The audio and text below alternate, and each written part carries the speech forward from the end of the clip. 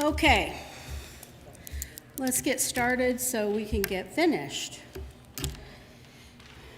We do not have a normal agenda because our only purpose today is to talk about these bylaws and the new governance structure. So we're not going to go through the normal type agenda that we do. But we are going to pray to get started. Lord, thank you for this day. Thank you for this morning. Thank you for the message this morning. Thank you for each person here and the families represented. Thank you for the passion that the people in this sanctuary have. Just be with us, guide us, direct us, lead us in the path that you would have us to go. In Christ's name I pray. Amen. So I just have to say to Jane that if I had said to somebody, this is what I want you to talk about today, it would have been that. It would have been exactly that. I was talking to Todd Wilkins this morning, and I said, you know, my goal is for this new governance structure to allow us to work from the passion that we have. Clearly, if you watch a video, a YouTube video of a sermon, and you watch Dusty and you don't hear a word he says, you know that he's passionate about what he's preaching. He's passionate about the church. He's passionate about the Word of God. You know that. There are people in this congregation, no matter what they're doing, they do it with passion and love that they have for us as a community and for God. And that is my goal, and that is the why. That is exactly our mission statement. I saw some friends yesterday. I had an invitation to go out to lunch with some friends yesterday, and I hadn't seen them for a couple years, probably pre-pandemic. And I said to Lynn, I really don't want to go. I'd really rather stay and do whatever I have to do with you. Because, you know, we have that fellowship that is genuine and free and safe, and we can cook together, and it's great. But I went anyway. And I had a good time. And interestingly enough, people always ask me about church because I'm always talking about Federated. And the person said to me, I think we need to find a church because we don't have anybody. We need a family. And, you know, we've been to churches before, and they care what you look like, they care what you wear, they care what you do. And I said, you know what? Federated is all about loving you just the way you are. It's what we do, it's who we are. And I felt so confident to say that I knew, and I know every day whoever walks in that door will have that experience here now. I don't know what happened in the past. I don't know. I'm sure people have had their feelings hurt and bad things have happened. But what I know right now is that we as a congregation know our why. And that is the reason the bylaws are changing. That is the reason the governing structure is changing. That is the reason that we're doing what we do what we're doing right now as a trial. I've presented this idea multiple times to multiple people. I've presented it already once here. We've discussed it again in a meeting at Congregational Council with people present. This is the second time. So what the timeline is, so just so that you know, we are going to review, and not total depth, but we're going to review the changes in the bylaws, and the proposed changes in the bylaws, and the proposed plan for implementation of the new structure. Then the current bylaws require that we give a month's time or a month's notice for when we're going to vote on these things. So let it be recorded right now that we're voting on this February 6th. Dusty will be gone the following week. I would prefer that we do that while he's here, so that's the timeline. You will have from now until then to make any suggestions, ask any questions that you have. Anything that happens after today, as far as a change or recommendation, will be presented to the Congregational Council. They will decide whether or not we make that change, and then the document will be presented to you, probably hard copy and email, so that you have some time to sit with it. I don't anticipate a lot of changes from today, but there may be. But what I want to make clear is that we're not going to have another "this is where we are" meeting. This is the final "this is where we are" meeting, and the next meeting will be the vote. If everyone agrees that we're going to move forward with this change in our structure and this change in our bylaws, then a slate will be presented of the people who will be voted on for the new team leaders. The executive board is as it is right now within the Congregational Council. So those things those particular people won't change. The Sharon, myself, Pauline, and Diane will remain as the executives throughout the next year. So with all that being said, Todd said to me this morning, whatever it is you need, you let me know and we'll do what we can do. And a lot of people have said that to me. And what I want to say back to you is exactly what I said back to him, is that I will be happy to invite people to do things. But what I hope and dream is that people will recognize what their passions are and say, this is where I want to be, this is what I want to do. Let me help you do this. That's what I'm going to request of people to do, is step out on your faith and try something that you feel strongly about. So, on to business. The first document that you have, the one that has red, is the document that we presented last time, and we presented it as something that we would be voting on. And I was confused about whether or not we would be voting on the proposal or whether we would be voting on the bylaws. And after much discussion, it has become relatively clear to me that we will be voting on the proposed changes in the bylaws. Oh, who knew there was a picture on the back of this? We'll be voting on that. And then this is really going to be the procedure that we use to implement the changes in the bylaws. So we will be voting on this as the potential plan that we're going to use. But really the more important details to pay attention to at this point are the changes in the bylaws. Because these things we're voting on, these things are going to change as we move along and tweak, okay? So what you see in red on this document are the changes from the original document that I presented. So, number one, the Congregational Council will be reduced by 2 members. They are not and have never been ad hoc members, so we took that out. All responsibilities in the current bylaws assigned to the Congregational Council will be transferred to the Executive Board. So that line was not in the original document. Number 3, 2 current functioning teams will be added to the governance structure. I think before it said should, so the shoulds have been changed to will because, I don't think you should on yourself, so we're all changing alls to will. Number 5, the Congregational Council feels it is necessary to appoint a team for long-term planning, which will be referred to as the Dreamers.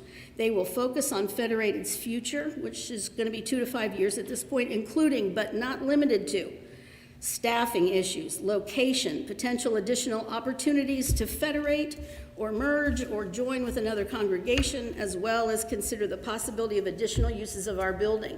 We have to be creative and think about, if we're going to continue in this building, we need to have some changes in the way that we do that. We have to have more income, we have to have more people. And so there's more than one way to do that. And so we need to be able to look at all those possibilities. So if you are a dreamer and nobody knows that you're a dreamer, then I want you to let me know that, because I'm going to want you on this group. I'm going to want you to participate on this team. There's not going to be a limit of people who will be on it. The people on it will not be elected. The people who are on it will be the people who are passionate about imagining what can happen if we all work in community. Number 6, a larger board consisting of the team leaders, as well as the chairs of the endowment board and the trustees, will function as the coordinating ministry council. It's what was listed up here as the advisory council before. Now it has been determined that the name of that team of people will be the coordinating ministry council. Their role will be to ensure the programming of the church is directly related to the mission, RY, thank you Jane and Dusty, and related to the mission and values of Federated, as well as providing an arena for improved communication. So all of that is just a little bit of clarifying of what we had before. Number 7, the following teams will be represented at the Coordinating Ministry Council. Fellowship team, formerly deacons. Outreach team, formerly mission. Spiritual development team, formerly Christian Ed. I want to speak to this just for a minute. Christian Ed, historically, since I've been here, I don't know about before I've been here, but since I've been here really has been directed at the youth, and the purpose of a spiritual development team is to be focused on the spiritual development of all of us. So it will be, their task will be to create opportunities for things like small groups, maybe different Sunday school classes, maybe a Wednesday night devotion, whatever, but to work with the spiritual development of all of us.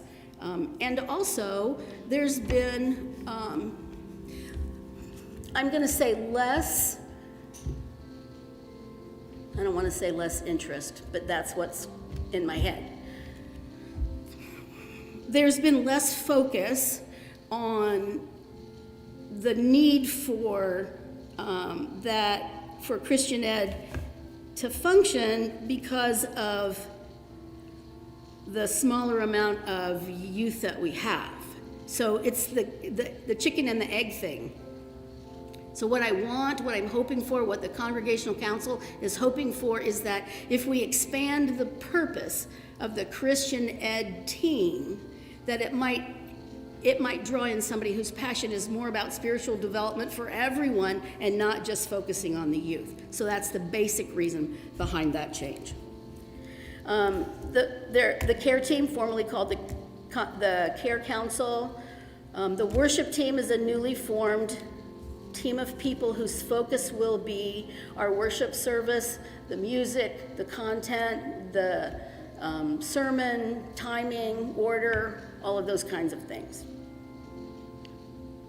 Marketing and media, currently functioning as an integral part of the ministries of Federated, will also be on that council. The trustees and the endowment chair or their designee will also be a part of that group in an effort to increase the communication amongst all of the leaders of the church.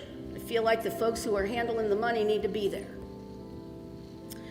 All church officers, members at large of the executive board, and team leaders, as well as all members of the board of trustees and the endowment board will be elected by the congregation. So the leaders who are going to form that larger group of people, that larger team, I always want to say advisory council, the coordinating ministry council will be voted on.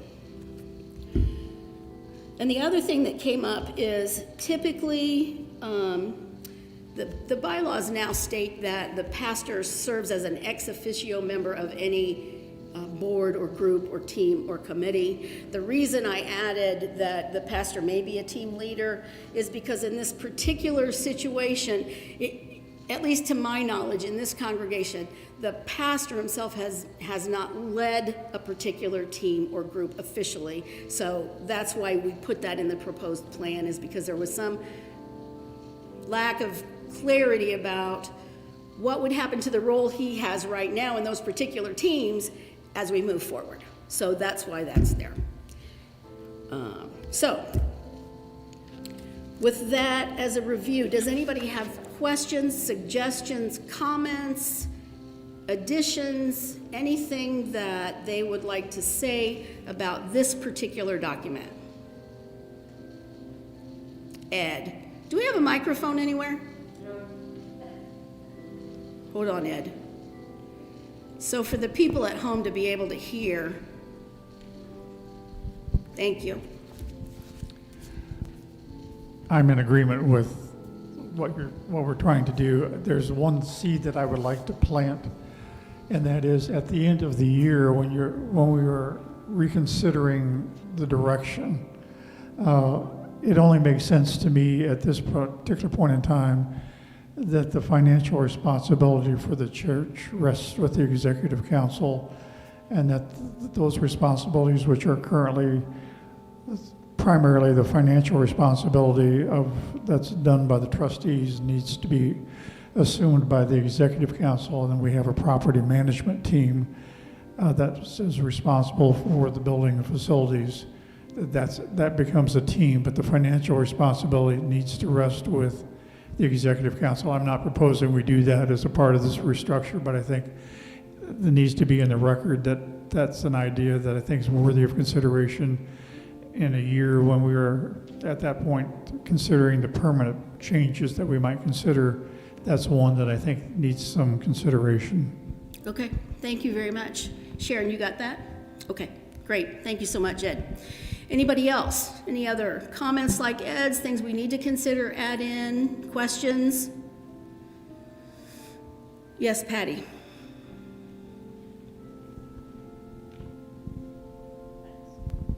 So right now, where does that control sit? Does it sit amongst various groups? Are you talking about the finances of the church? The management sort of officer of, or the management team for the church.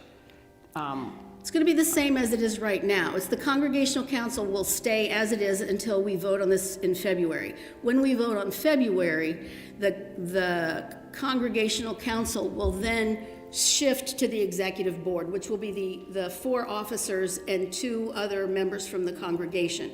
The trustees at this point will maintain as they are and manage the finances of the church. The endowment will maintain exactly as they are moving forward because they're a separate entity entirely from us, actually, okay. However confusing that may be. Ed's suggestion is, as we move forward, right, something that we will look at as a possibility down the road. For right now, the financial management and decisions will remain with the trustees, engaged with the executive board as they have been with the Congregational Council. Okay, thanks. Good question. Anybody else? So we initially had a motion that we agreed to continue to work with the presentation I made initially. So I would like to have a motion today that we will move forward in the same manner with this document as it stands today with these corrections. Is anybody willing to make that, Bill? So we have the motion made. Can I have a second? Jim for the second. All those in favor, please signify by saying aye. All those opposed, no. Motion carries. Thank you very much.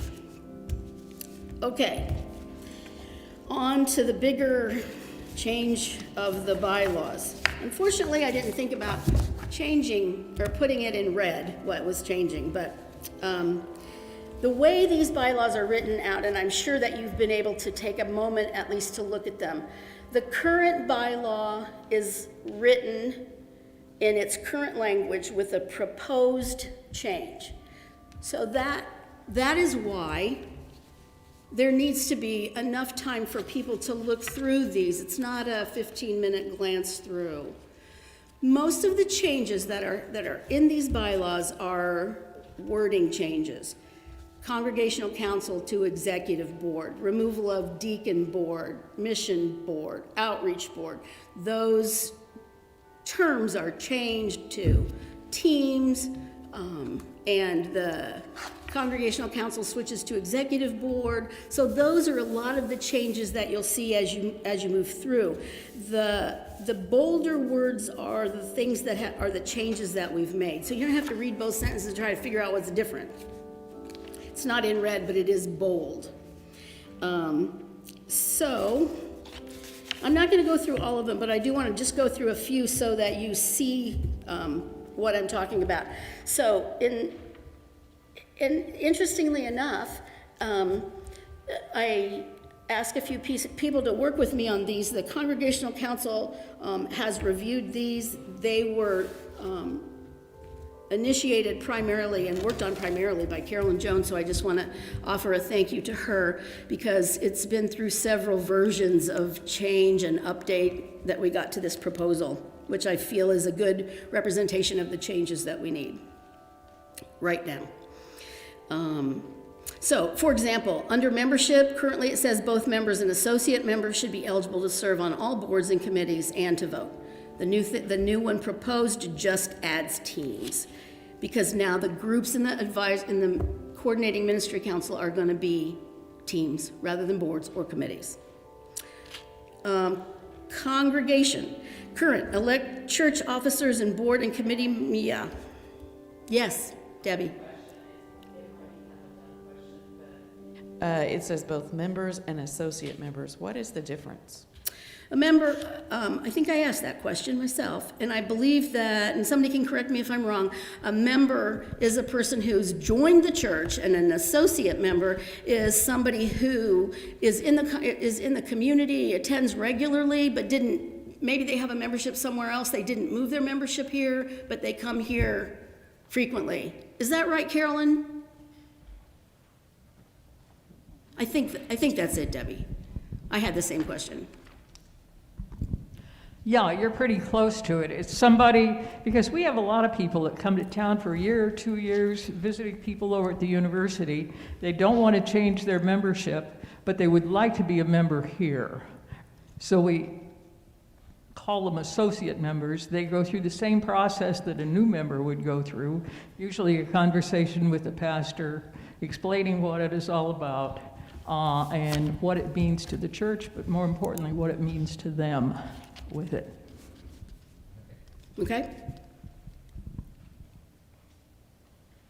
Article 2, congregation. Current section, or current letter E says elect church officers and board and committee members in accordance with these bylaws.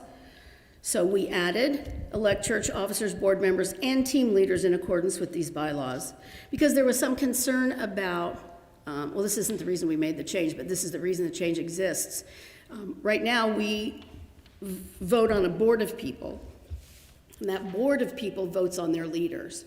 So what we're doing at this point for the transition is asking the people who are sitting on those boards right now, the deacon board, the mission board, we're asking the people on those boards as they sit right now to choose someone from their group, if they have someone, that will be the team leader on the new council. Anybody have any questions about that one? Same thing in F, we're adding councils, committees, and teams. Article 3, a senior minister shall be responsible for supervising and coordinating the work of all church staff and for either serving as an ex officio member without vote or appointing a designee from the church staff to serve in that capacity on all boards and councils. So that's the issue I was speaking to earlier. It's clear that the pastor is an ex officio member of all groups and boards and things going on here, but it was not designated or determined or stated that he could be a team leader in this new governance, so that's why we added that. It's not in here, but that's why it's over here.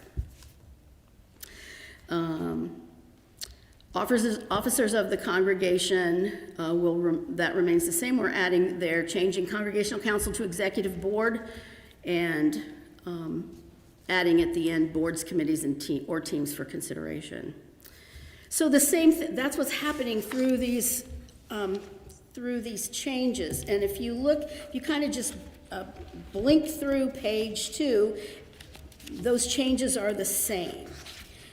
When we get to Article 4, you can see the Board of Trustees has no changes. I'll back up a little bit. There is one change. Because the number of people in the executive board will change from 8 to 6, so will the number of people who will constitute a quorum to do business. It will go from 5 to 4. Article 4, Section 3, no changes. The Board of Trustees bylaws remain as they are. Section 4, 5, and 6, the Board of Deacons, Missions, and Christian Ed, those sections are deleted. The proposal is to replace Article 4, Sections 4 through 6, with what you see in front of you. So that I'm going to go through in case there are any questions or suggestions about that. So Article 4, Section 4, Church Ministries. A coordinating ministry council shall be established to coordinate current church programming and encourage the development of new programming to meet the needs and interests of the congregation.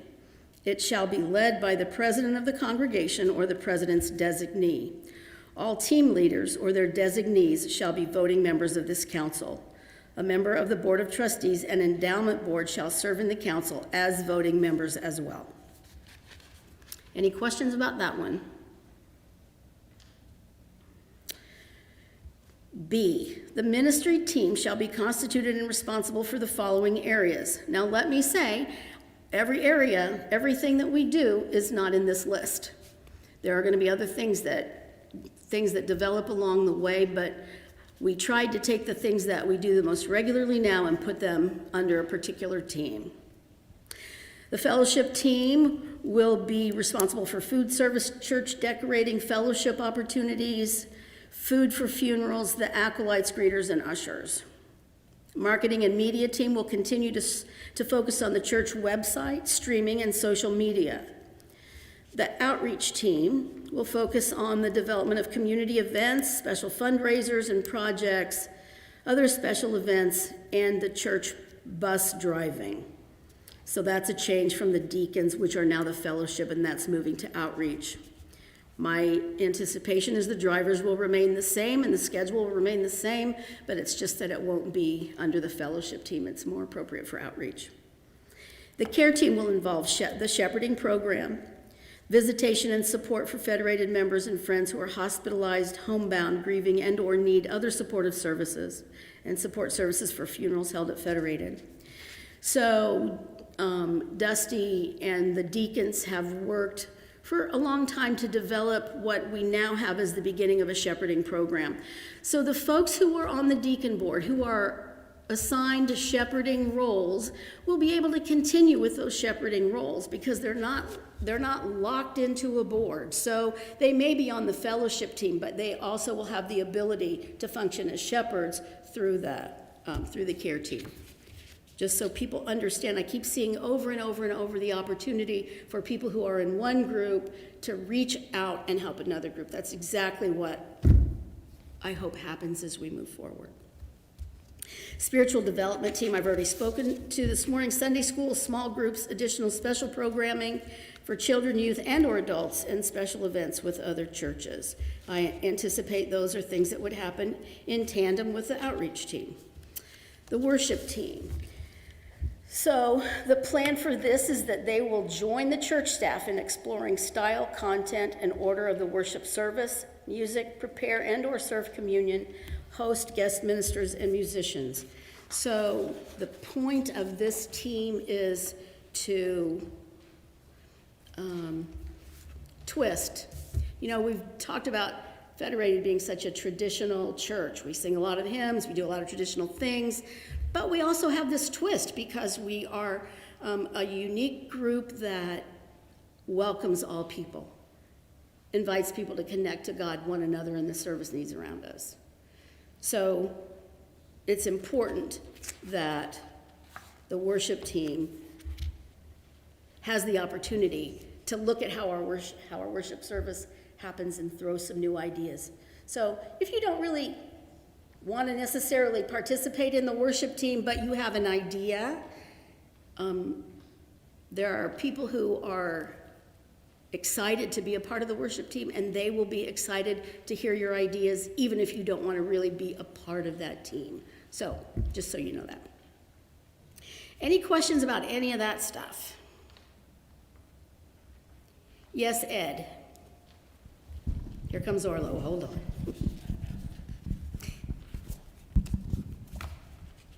I just wanted a point of clarification. It seems to imply that the president-elect, secretary, and treasurer are elected to one-year terms. Is that correct?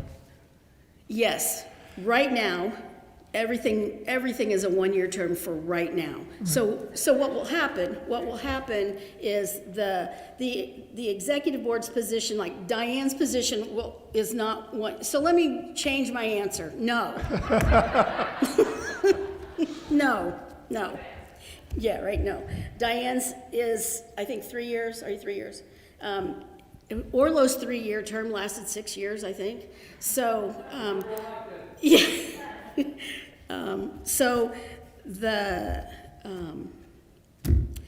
current stand is that I will remain in the presidential role through the end of 2022, and then Pauline will begin as president at the beginning of 2023 with someone who she has chosen as a president-elect to move forward. Whether or not the president and the president-elect positions are added an additional year, we have not officially voted on that change. We did it because we needed to do it. And it will be something down the road that we'll have to vote on. That's what I was wondering, is whether or not you could be reelected, but we would set term limits as to how many terms you could serve. You could be reelected, but there would be a limited number of years that. Right, and what the bylaws state right now is that the president and the president-elect cannot maintain their same roles in successing years. So, or whatever that word is instead of successing, but it's what we're doing right now because we didn't have another choice really. But it will have to be addressed. I just thought perhaps it might need to be clarified a little bit. Thank you. I appreciate that. And I appreciate the opportunity to change my answer. Okay, anybody else? Anything else? Okay. Proposed section 4C.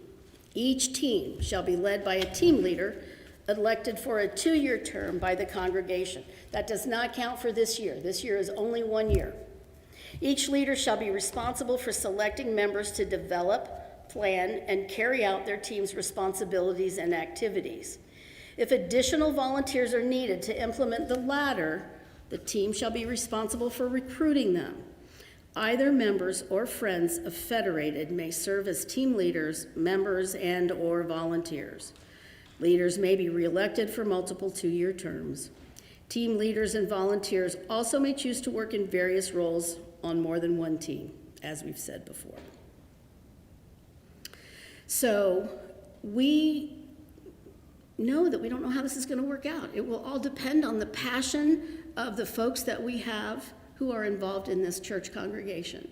Should they choose to step up and participate in the teams that we're trying to form, then I think we're going to be passion-driven, and I think we'll be good. We'll grow, and we'll have more depth and more richness and more quality. And if people choose not to, then we're going to have to readdress this issue. So I'm hopeful.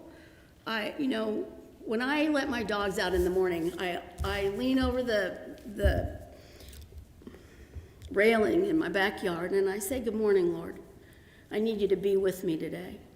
Today I said, I need you to help people see the direction that we have. Direct us in the way to go. Let us know that the things we're doing are the right things. And then what happens?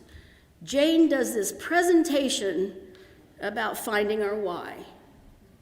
And it's, for me, a message directly from God that says, this is what I want you to be doing. So Jane, for all those years when you thought you couldn't do it, God has had you working to do what you did this morning, because it was a perfect setup for where we are right now in the conversation we're having. So I appreciate you and the time that you spent doing that. It was a wonderful presentation. Okay, so We did add something in the section about the endowment fund because a lot of people just don't really know that the endowment fund is a total separate entity from the rest of us. So the current, in Article 4, Section 6, which is currently Article 4, Section 8, the Federated Church Endowment Fund says the endowment fund is a separate entity of Federated Church of West Lafayette. Now the proposal is that it will say the endowment fund is a separate entity of Federated Church of West Lafayette and is governed by its own set of congregationally approved bylaws. So,